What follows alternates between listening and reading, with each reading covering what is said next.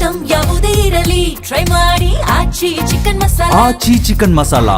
ಕೊಪ್ಪಳದ ಕಾರಟಗಿಯಲ್ಲಿ ಧಾರಾಕಾರ ಮಳೆ, ಬೆಳಗಾವಿಯಲ್ಲಿ ಹಳ್ಳದಂತೆ ಬದಲಾದ ರಸ್ತೆಗಳು, ಚಿತ್ರದುರ್ಗದಲ್ಲಿ ರಸ್ತೆ ಜಲಾವೃತವಾಗಿ ಆಯ ತಪ್ಪಿ ಬಿದ್ದ ವೃದ್ಧ, ಬಾಗಲಕೋಟೆಯಲ್ಲಿ ಚನ್ನಗಿರೇಶ್ವರ ದೇವಾಲಯ ಜಲಾವೃತ, ಮೆಟ್ಟಿಲಲ್ಲಿ ಜಲಪಾತ ಸೃಷ್ಟಿ, ಉತ್ತರ ಕನ್ನಡ, ಚಿಕ್ಕಮಗಳೂರು, ದಕ್ಷಿಣ ಕನ್ನಡ ಜಿಲ್ಲೆಯಲ್ಲಿ ತಪ್ಪದ ಮಳೆ ರಗಳೆ.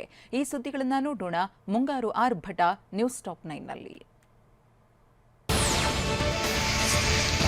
ಕೊಪ್ಪಳ ಜಿಲ್ಲೆಯಲ್ಲಿ ಮುಂಗಾರು ಮಳೆ ಅಬ್ಬರಿಸಿದೆ. ಕಾರಟಗಿಯಲ್ಲಿ ಸುರಿದ ಧಾರಾಕಾರ ಮಳೆಯಿಂದ ರಸ್ತೆಗಳು ಹಳ್ಳದಂತೆ ಬದಲಾಗಿದ್ವು. ವಾಹನ ಸವಾರರು ರಸ್ತೆ ಯಾವುದು ಗುಂಡಿ ಯಾವುದು ಅಂತ ಗೊತ್ತಾಗದೆ ಪರದಾಡುವಂತಾಯಿತು.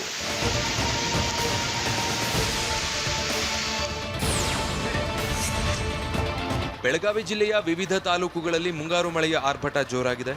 ಖಾನಾಪುರ ತಾಲೂಕಿನಲ್ಲಿ ನಿನ್ನೆ ರಾತ್ರಿ ಸುರಿದ ಮಳೆ ಅವಾಂತರ ತಂದಿಟ್ಟಿದೆ. ಪಾರಿಶ್ವಾಡ ಗ್ರಾಮದಲ್ಲಿ ರಸ್ತೆಗಳು ಸಂಪೂರ್ಣ ಜಲಾವೃತ ಆಗಿದ್ವು. ಕೆಲವೊಂದು ವಾಹನ ಸಂಚಾರ ಸ್ಥಗಿತಗೊಂಡು ಸವಾರರು ಪರದಾಡಿದ್ರು.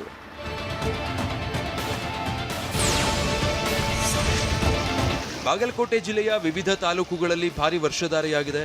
ಮಹಾಲಿಂಗಪುರದಲ್ಲಿ ನಿನ್ನೆ ರಾತ್ರಿ ಗುಡುಗು ಸಿಡಿಲು ಸಹಿತ ಜಡಿ ಮಳೆಯಾಗಿದೆ. ಜೋರು ಮಳೆಯಿಂದಾಗಿ ರಬಕವಿ ಬನಹಟ್ಟಿ ತಾಲೂಕಿನ ಮಹಾಲಿಂಗಪುರದಲ್ಲಿ ಚನ್ನಗಿರೇಶ್ವರ ದೇವಾಲಯದ ಆವರಣ ಸಂಪೂರ್ಣ ಜಲಾವೃತ ಆಗಿತ್ತು. ದೇವಾಲಯದ ಅಂಗಳದ ಮೆಟ್ಟಿಲುಗಳಿಂದ ನೀರು ಹರಿದು ಹೋಗ್ತಾ ಇದ್ದ ದೃಶ್ಯ ಜಲಪಾತದಂತೆ ಭಾಸವಾಗ್ತಿತ್ತು.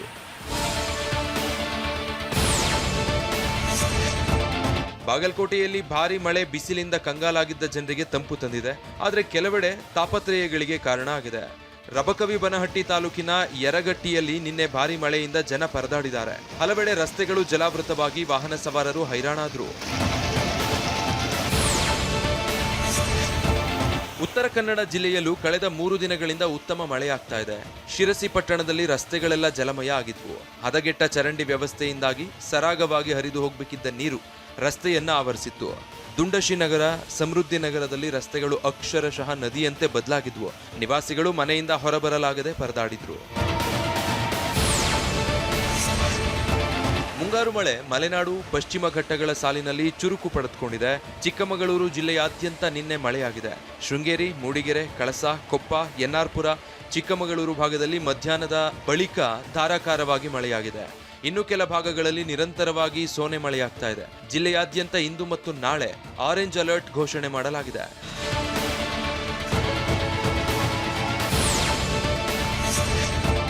ರಾಜ್ಯ ಕರಾವಳಿ ಭಾಗದಲ್ಲಿ ಮುಂಗಾರು ಪ್ರವೇಶದ ಹಿನ್ನೆಲೆ ಮುನ್ನೆಚ್ಚರಿಕೆ ಕೈಗೊಳ್ಳಲಾಗಿದೆ.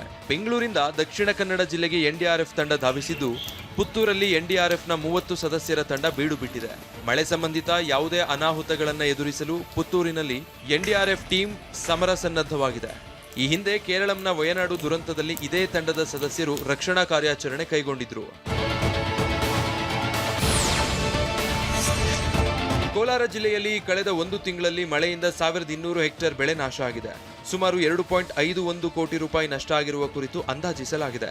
ಈ ಬಗ್ಗೆ ಮಾಹಿತಿ ನೀಡಿರುವ ಕೋಲಾರ ಜಿಲ್ಲಾಧಿಕಾರಿ ಡಾಕ್ಟರ್ ಎಂಆರ್ ರವಿ, ಮಳೆಯಿಂದ ಮಾವು, ಬಾಳೆ, ಪಪ್ಪಾಯ, ತರಕಾರಿ ಬೆಳೆ ಹೆಚ್ಚು ಹಾನಿಯಾಗಿವೆ.